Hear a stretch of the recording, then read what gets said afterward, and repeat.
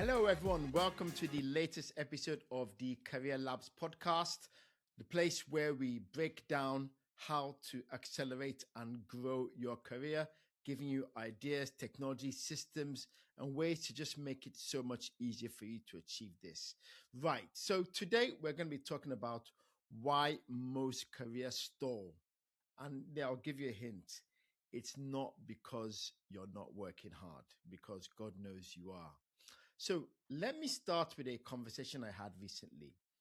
I was speaking to a professional, someone who is very senior, very good at their job, and would have been seen as a high achiever, talented, experienced, doing everything right as you should on paper. And he said something to me that stuck with me. He said, Femi, I don't understand it. I'm delivering. I'm reliable. I'm doing more than what's expected. But I feel like my career has just stopped. And the truth is, he's not alone. I've had that same conversation with dozens of professionals, people who are working hard, doing everything they've been told to do. They have their objectives, they achieve them, they hit them. If they're business owners or small to medium business owners, they've got things they're trying to achieve and they're ticking off on them, but they still feel stuck. Stuck means when you've lost momentum. You get that feeling like it's Groundhog Day. You're doing the same thing over and over again. You feel like you've seen this movie so many times. You wake up in the morning and you don't feel like you have a clear direction or goal you're trying to hit in your career. You wake up in the morning and there's no oomph, there's no vavavoom, there's no energy. Why does this happen? So, we'll be talking about that today. Welcome to Career Labs, where we're going to explore how to grow your career intentionally and not accidentally. So, because we are operating in a different world today, the global economy is shifting. Organizations are under pressure to deliver more with less. And some of them, it's for many number of reasons. GDP of companies is shrinking, of the countries is shrinking. Companies are holding on to money, so they're not investing in projects that bring in more talent. Companies are trying to save money, they're trying to survive. And for some companies, they've heard so much about AI, they believe AI is a magic bullet that will save costs. So even before implementing it, they're trying to realize the gains. And leaders are constantly asking, who is actually creating value here? In this environment, working hard is no longer enough.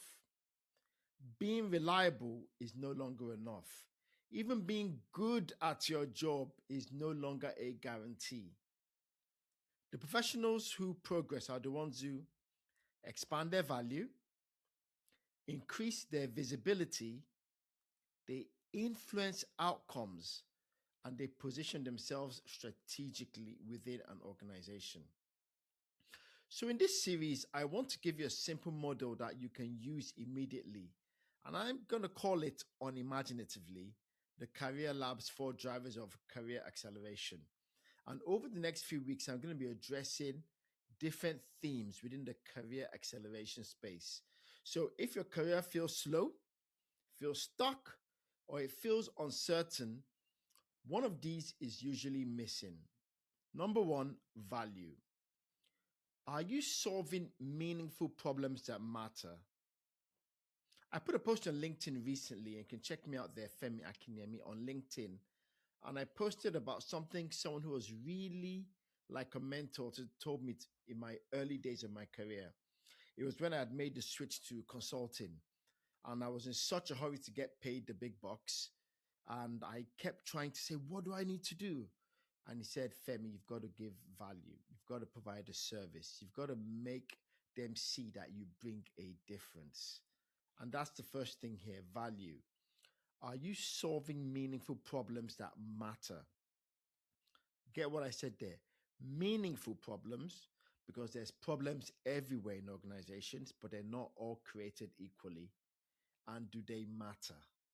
If you can find a problem that is meaningful and it matters and you can solve it, you are creating value. The second point is visibility. Do the right people know the impact you're creating? I cannot count the number of people I've spoken to that tell me my job is to come and do my job, keep my head down, and stay out of trouble. What tends to happen for a lot of these people is they do the job and someone else takes the glory. You have to toot your own horn. You have to blow your own trumpet because God knows no one else is going to blow it for you unless you ask them to. So, do the right people know that you're adding value? Does the manager know? Does the project sponsor know? Do the key stakeholders know? Does your network know? LinkedIn, for example, are you let people know the value you add? Number three, influence. Are you shaping decisions or just executing tasks? The higher you go, or the more you aspire to go higher, the more you need to start shaping decisions, the way things are implemented, the way things are solved, the process for getting things done, ideas, strategies, implementing rather than just being someone who execute tasks. In effect, are you an order taker or a menu creator? You've got to make up your mind because these are the ways you stand out from the pack. And lastly, positioning. Are you seen as someone ready for the next level? People talk a lot about fake it till you make it, and we're not necessarily talking about fake it, but your mind has to arrive at the destination before your body does. Science kind of philosophical, but what it's really trying to say is you have to have seen yourself performing this role. You have to behave like you perform this role. You have to act in ways that indicate to people that show that you are ready for the responsibility and role before they give it to you. Sometimes people think that going the extra mile is trying to show others up. But sometimes going the extra mile helps leaders within the organization know that you're ready to take on more responsibility. And that sometimes means staying a bit longer to make sure the work gets done. You don't get the luxury of just signing off and not being worried or concerned or invested in the job. And that is positioning yourself in such a way that shows that you are ready to take on more responsibility. Many professionals, most of them focus on just one of these. If it's value, they work hard, they deliver, they stay busy. But that's the main thing. They just focus on value. They don't focus on visibility, they don't focus on influence, and they don't focus on positioning. So they work hard, they deliver, they stay busy. But career growth happens when all four work together. When one is missing, your career can stall, even if you're doing great work. So let's start with the biggest misconception in careers: the belief that if I work hard enough, I will get promoted. Now, don't get me wrong, value matters. You must deliver, you must perform, you must be reliable.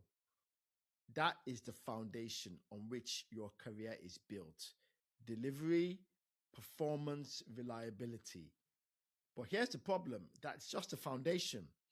Value on its own is not enough because organizations don't just promote people for doing the work, it's the bare minimum. They'll just keep paying you what they pay you for doing the work because you're doing the minimum.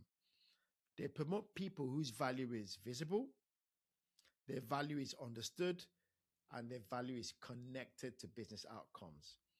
This is where many careers begin to stall, frankly speaking. And this is where we see the rise of what I call the invisible high performer. This is someone who delivers consistently, solves problems, supports the team, keeps everything running, but you rarely communicate your impact. I know I've been there. I was once working as a business analyst and I would get down, get my head down and do the job. And my boss called me one day and said, Femi, you never communicate how much progress you're making. You never communicate if you need any help. You never tell anyone anything. You just go into a dark room and come out and say, I'm done. And sometimes you bear the risk of even getting it wrong. But staying transparent, keeping people updated, shows that you are open, you can communicate, shows that you're a team player, and shows that you're bringing people along for the journey. So a lot of us tend to assume my work will speak for itself.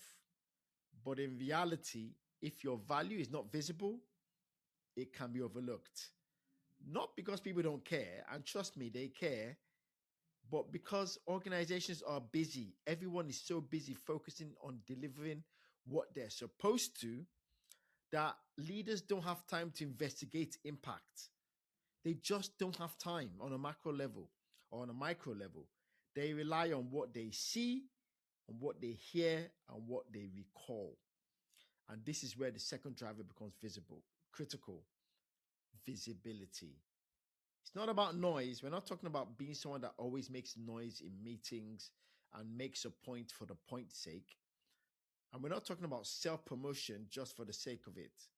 We're talking about being clear and intentional and communicating what you did, why it mattered, and what impact it created. You see, promotion starts before the role exists. Here is not a truth people don't realize. Promotions don't start when the role opens, they start long before, often months, sometimes years, because leaders are consistently observing within the organization who takes ownership, who thinks ahead, who influences others, who operates beyond their role. And by the time a role becomes available, the decision is often already forming because someone has already positioned themselves for that opportunity. And that brings us to the fourth driver, positioning. Are you seen as someone who can handle pressure more? Are you seen as someone that can just handle more? Are you seen as someone who thinks at the next level? You start to think critically, strategically, and someone who leads without the title, because promotions are barely given on potential alone. They're given based on evidence of readiness. Have you given enough evidence to show that you are ready for this role? And this brings us to the key shift. The difference between working hard and working strategically. Working hard focuses on tasks, deadlines, outputs. Working strategically focuses on value, which is impactful work, visibility, communicating impact, influence, shaping decisions, and positioning, being seen as ready for the next level. And this is the magic mix. When you combine these four, your career starts to accelerate. And when you focus on just one, you risk stagnation.